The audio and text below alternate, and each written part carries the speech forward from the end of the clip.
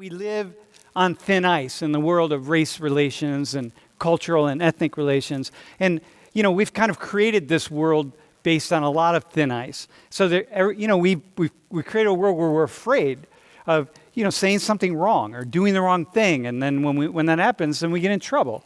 And so you can imagine when you come into a class like this, where we're talking and we're especially having open conversations, that, there's going to be a lot of trepidation about engaging in these kinds of issues. And you can imagine to a degree like how I feel, because at every moment I'm walking on thin ice, because we're talking about some things that most people don't like to talk about. In fact, the most common thing that people say, refrain or statement that people say to me when it comes to this class or this work or what we do, the most common thing is, I just can't even imagine talking about these things in front of so many people because it's just so sensitive. We're living in a really, really sensitive time. But there are a couple things that I remember constantly. And one is that my beliefs and opinions aren't true. And they're just beliefs and opinions. And I'm basing them on something. But they are, in fact, to a degree, my beliefs and opinions. And so that's really important. And it's important I want to reiterate to you all that you think about that and you remember that all the time. So, we're you all are coming to a time in life when you're starting to really form or transform or change your beliefs and opinions, and that's obviously what schooling is all about.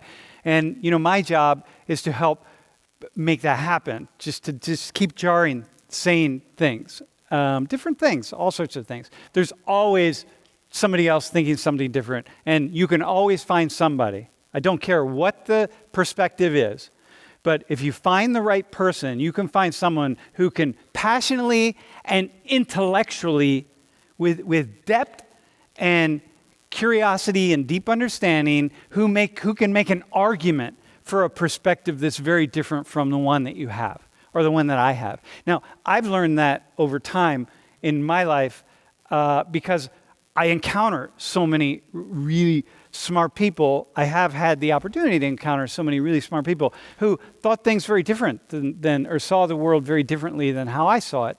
And, this is, it's very humbling, but it's also really empowering because what I've learned over time is I don't have to try to have the right or correct or whatever beliefs and opinions, because I know that they're always just, at some level, they're always subject to possible change. The other thing that you need to remember or think about is that no matter what is said in here that you agree with, there are other people in the room who disagree with that. And regardless of what is said in here that you disagree with, there are always other people in this room who agree with it. So it's these two things are always in play. Every person has a different set of beliefs, right? And so imagine being me, and I have to talk about these really contentious topics, and I'm looking at these two guys here, and I have a certain way of talking about the topics, but I know that these three people here disagree with what they're thinking or what I'm saying to them, and these people over here are confused. There's some people up there that think I'm a complete idiot. There are other people over here that think, oh, you should talk further about this because this is so important. And somebody over here who's saying, you should never talk about that. And somebody over here saying, you never talk about the things that are the most important things to talk about, and just on and on and on, right? So just looking at it from that angle, that would be pretty daunting, wouldn't it? Yeah, I don't know how you do it. Okay, yeah, it's mental illness. But the biggest thing for you, though, is This is how you do it. What I want you to see is how you do it. So as you're sitting here and you're agreeing with something that I say or somebody else says, I want at every moment you to remember there are other people who disagree with that. Yeah. And that when I say something or someone says something that's so reasonable and you think, oh, that's so smart and so reasonable, always remember there are really smart people in here who disagree with it. And if I gave them a mic and brought them to the front, they could lay out a reason for that. And that's your job in this classroom. Yeah. I also think that we're all learning. We're all in between 18 to 22 years old. It's only not even a quarter way through your life. I think every single day you learn. Yeah. Yeah, and when you get to my age, it's more frightening because you learn how much you don't know. Every day I wake up, and because I've gotten really good at learning things, which means that my scope of learning expands more, and then I see more and more of what I don't know, and I have less time. You know, I used to have the idea that when I was your age, I used to have the idea that, I'll have enough time in my life that I'll be able to figure it out. And now at my age, I'm like, that's never going to happen, man. Yeah. So anyway, that's your job, man. Always remember, when you agree with something, think about the people who disagree with it. When you disagree with something, think about how happy people in the room are that I or somebody else is saying that thing that you disagree with, and be happy for them that they're happy that they get to agree. Will do. How would you answer that question? You know, go back to last class. What would you say? I think it's an important conversation, and what makes it important? That it's representative of major issues that exist in our society, and that people are very animated by and will have negative effects on a lot of people in this country. And I don't think that we can really get past that without having difficult conversations. What do you mean by animated? I mean, there's tons of racial strife in this country, unfortunately, because of history, and we see that in many different areas of our society. And I mean, just in ways we talked about in class, white centering in like medicine, for one. So when I left the classroom the other day, I had this idea that, if I was a dermatologist, what would I think about what this knucklehead was this guy was talking about, right? Do you have any thoughts on that? If you were a medical doctor or dermatologist in particular? I mean, I assume that's accurate. It sounds like it was. You assume that? Sure, yeah. Okay, I would tell you to be very careful about that, right? Okay, well, granted. Why do you think I would tell you to be careful about that? Because you may not necessarily have all the information. Yeah. So I want you to think about how complicated physics is and aerospace engineering. The world of human beings. We talk about your field of study as the hard sciences. Yes. And mine is the soft sciences. Sure.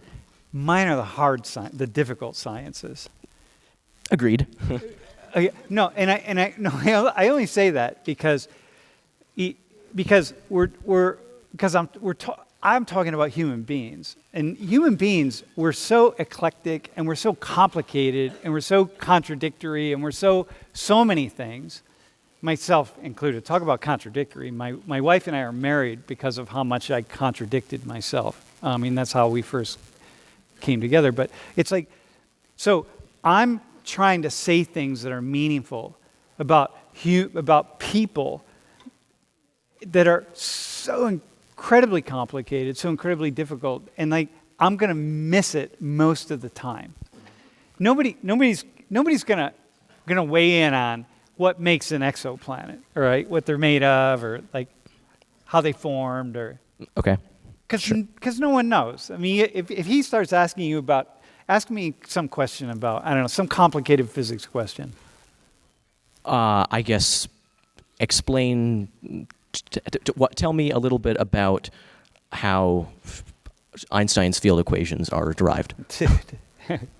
Oh yeah, I got that, man. Yeah. I go get my phone. I start Exactly, Googling yes. stuff. I know nothing. But if I say to you, like, hey, can you just walk us through like the stages and the causes of homelessness? I mean, I have opinions on that. I wouldn't presume to say that I know better than experts in that field, but I certainly have opinions on that. Dude, you have opinions. I don't even have an opinion about Einstein, right? I don't have opinions about quarks. I don't have opinions about, there's nothing, almost nothing in physics I have an opinion about, or aerospace engineering. I don't even know what I know what it is, right? How do you get a rocket up in the air, like whatever. Yep. That's right. I mean, that's the, how do you keep it up in the air? How do you bring it back down? That's actually the thing. Getting it up is probably easy, getting it back down. But I have zero opinions about that. But, you just said, yeah, I don't really know about homelessness, but I have opinions, which is great. This is good, right? This is nice. But that means that everybody in here has an opinion about everything that we're talking about in here, which makes it even doubly complicated because we think we know something. But when you really dig into the issues, we really, like for me, I'm at the age now where I'm realizing I don't know anything about anything that I'm teaching about. And I've been teaching for 38 years, and I feel like I don't know anything. It's like, at best, I have opinions. And I think, oh, God. Whereas many of your professors, there are some things which are just kind of random. And the higher you go in physics, the more extraordinarily opinionated it is, actually. True. Yeah, which makes it really cool. But at least in your field, you don't have people kind of thinking that they know and then disagreeing. Well, you have the flat earthers, right? Yeah, well, and they're growing. Dude, what do you make of that, man? I think we are at, okay, well, just again, this is just my opinion. Go ahead. But I think that we are in a place in our society where a lot of people are doubting the credibility of institutions. Yeah. And that manifests itself in a lot of ways, like flat earthers. I mean, they're a very extreme example, but you see it in like anti-vax people and all kinds of groups like that. Yeah. Flat Earth is, though, kind of simple. Anti-vax, I could at least imagine coming up with a reason to be anti-vax. Flat Earth, I don't know. But, so now imagine we're in this position where it's really awesome to doubt. But imagine now we're doubting all the things, the kinds of stuff that we're talking about in a class like this. And I know that. And the best I can possibly do is have the kinds of conversations that we've already had in here and that we will continue to have, because I can't download information into your brain and have you walk away with it. At best, I can just stimulate new variables and new ideas. Sure, exactly, yep. Yep, and then have you go do it on your own. And the only thing you have to trust in me that I'm not thinking I have the answers, but you have to trust in me that I have a pretty good idea how to jar the answers out of you. How to shake your brain up and get you to think some things that you didn't think about, an hour before class or whatever. Yeah, no, I agree. Yeah, and trust that I'm not trying to get you to think a certain way. Okay, sure. And I said with Owen, that like you have all these people. So let me ask a question. Is there anybody in here who's a child of a dermatologist? Or has someone in your family who you're close to who's a dermatologist? How about just a medical doctor? I know, I've talked to them already about a lot of that stuff. It's I think we actually had a conversation about dermatology a year ago or something, but yeah. Okay. Uh-huh. So, did you I had the idea that, well, if I was a dermatologist, I might think, this guy's kind of throwing shade on our whole field. And who am I? Who am I, man? I know me, that my field is complicated, right? And I know what kind of doctors are your parents? My mom does family medicine. My dad's pediatrician. Okay. So pediatrician, by the way, is the whitest field in medicine. Dermatology is the second whitest, so which is kind of interesting. But I would think, medicine is kind of like sociology. There's so much to know. I can't even imagine being your mom. General medicine, like family. You got to know everything. Like, there's just too much to know. So I would feel like if I were a dermatologist or a medical doctor watching that class, I would feel some kind of way about what I was hearing.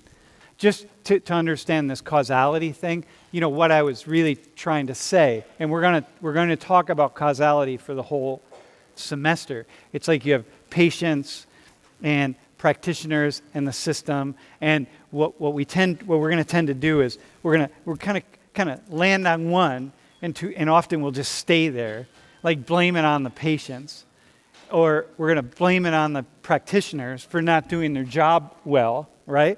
Or we're going to blame it on the racist system, and we're just going to stay there. But in fact, it's a complex mix of all the three things. I mean, it's just like what and looking at the complexities once you bring multiple variables into play in physics. No, I agree. I feel like a lot of people tend to like to blame one singular thing for a particular issue when it's usually a mix of many causes.